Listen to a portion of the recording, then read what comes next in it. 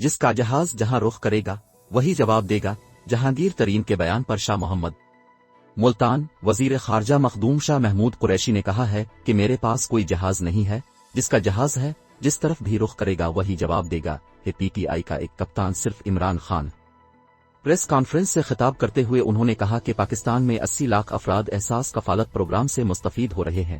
Ration programme کے تحت مستحق افراد کو بنیادی اشیاء ضروریہ سستے داموں میں دستیاب ہوں گی۔ مخدوم شاہ محمود قریشی نے کہا کہ پنجاب کے شہریوں کو صحت کارڈ دیے جا رہے ہیں، شہری صحت کارڈ کے ذریعے 10 لاکھ روپے تک علاج کرا سکتے ہیں۔ انہوں نے کہا کہ احساس پروگرام کے تحت 52,000 افراد کو قرض کی سہولت دی جا رہی ہے اور ایسی جگہوں کو بہتر کیا جا رہا ہے جس سے عام آدمی مستفید ہو سکے۔ ان کا کہنا تھا کہ ٹریفک کے مسائل کو مد نظر رکھتے ہوئے کار پارکنگ پلازا بنایا جائے گا۔